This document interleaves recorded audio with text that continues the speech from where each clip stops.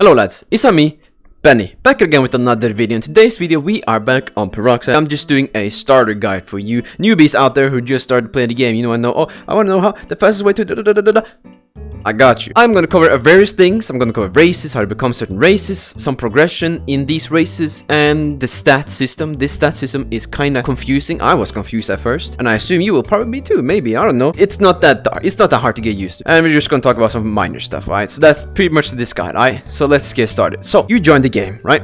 You joined the game, you're on your new slots, you are a regular human, and you're wondering, which race should I go? It could either be Soul Reaper, Quincy, or a Rankar. It is up to you. All of those options are viable. You can become any of these races. So, you spawn in with a tool called the Soul Wayfinder. It's like a little bluish tool. If you use these, you can see the markers of 2 race locations. You can figure out where the Soul Reapers are and the Quincies are. For a Rankars, you just have to do something else, which I'll get to that very shortly. But for Soul Reapers and Quincies, there are symbols on the map where you can go to join these races. A Quincy will have a blue medallion. You just go to that NPC, talk to him, and it doesn't matter if you're dead or alive, you can still join the Quincies if you talk to the NPC. Likewise for Soul Reapers, you can either be dead or alive, you go to the Soul Reaper, the white icon, talk to him, and you can join the Soul Society through that, or Soul Reapers. Now for Rankars, it's a bit different. You don't have no Soul Wayfinder stuff. What you need to do is find a hollow, which is kind of hard because you can't see them. They're all invisible, you can't see them. One thing I like to do is go to a random quest board, accept a hollow quest. Accept this one quest and you can basically see where they are on the map. Just go to the closest hollow and let him grip you, alright? He has to grip you because you currently are a human. You can't become a hollow if you are a human. And if you get killed as a human, you will turn into a lost soul. Lost souls have a chain on their chest, which you can rip off by pressing G 3 times. Rip it off, boom, first attempt, second, and then third, you will become a fish bone hollow. You have started the progression. Once you join each race, you have a new tool in your toolbar, which is your teleport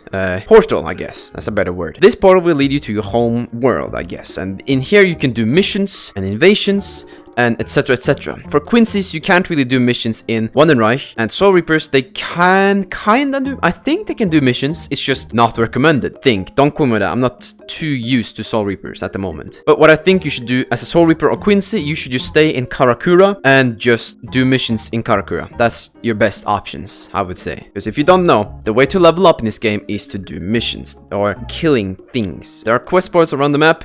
You should click on the, the quest that you find suitable and do a mission. With that, you get money and EXP. This is for Soul Reapers and Quincies, however. Rankars, or I should say Hollows. Hollows don't have this luxury. They don't care about quests. You don't care about quests. You stay in Hueco and you kill other Hollows. That's your progression. I'm not going to explain the entirety of the Hollow progression or every race progression. I mean, if you want a more in-depth guide on Hollow progression, just look at my Vastalord video that I made an in-depth guide. So just watch that video for Hollow progression. When you turn into a Rankar, missions are applicable to you. When you press M, you can see a bunch of things. You see your stats, you see your rank at the bottom, and you see something on the right. Like explains max rank, rada. So let's first cover the stats, alright? These stats, where it says strength, vitality, spirit, agility, and Ryatsu, those are your 5 stats. These stats are under 2 categories: combat stats and support stats. Combat stats, all of combat stats are like linked into one. Basically, to make it simple, combat stat is a mixture of 3 stats: vitality, strength,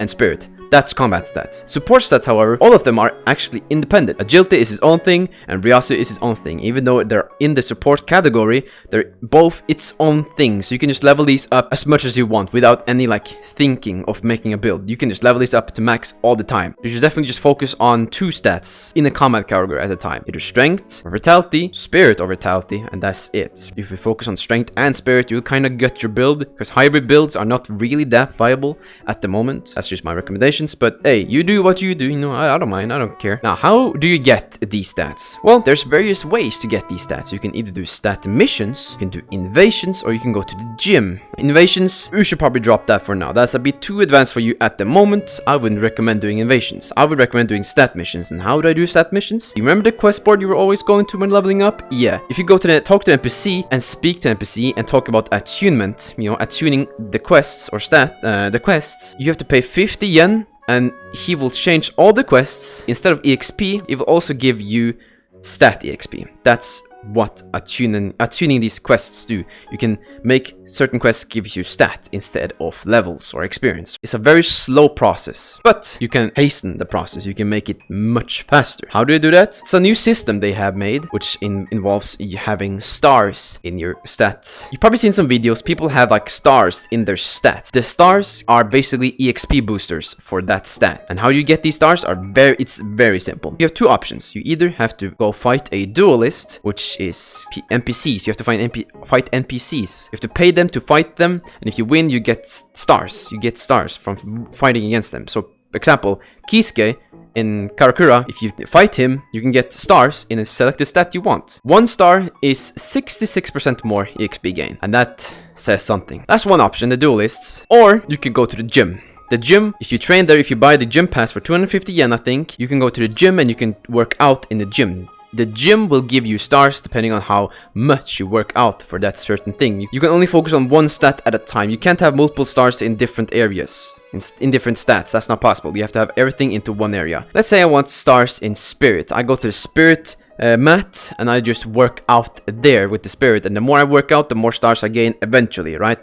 That's how it works. Those are your two options: duelists, gyms, and you can have a maximum of 5 stars, but here's the catch. If you do the gym in Karakura or fight Kisuke, you can only get a maximum of 3 stars. So Karakura is a no-go. Do not do that. Instead, train in your home place. Although the duelist will be more difficult, and I think the gyms are slightly more expensive. I don't know. Don't quote me on that. I think it will be worth it because you get 2 extra stars. And once you have the stars, you can just do stat missions or invasions, which are basically raids, and you get, if you win these raids, you get a stat bonus, or like you get stat XP. And once you level up your stats, you can see on the right side of your screen there's text that says agility like not maxed, or Ryatsu not maxed yet, or combat stat not maxed. Basically what this means is that if you max all these categories, you can do something called limit breaking. Limit breaking are basically another progression bar that allows you to rank up. You start at rank F. You limit break, you go up to next rank D, I'm pretty sure. And how do you like increase this limit bar? It's basically just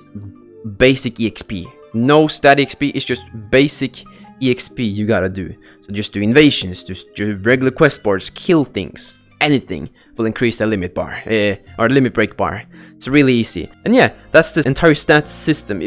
Not gonna lie, if you had some troubles paying attention, not gonna lie, I kind of had troubles paying attention to my own script here. So stats are a little bit confusing, but if you have any questions, you can join my Discord and I can help you out there, type shit. That's it for the little ass starter guide. With this, you'll be pretty good to go and farm the shit you want. Alright, thank you so much for watching the video. Hopefully you liked it. Of course, drop that thumbs up if you did like it. Comment down below if you have any questions. I'll try to answer most of them.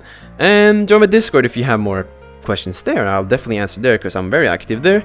And yeah, got nothing more to say. Bye.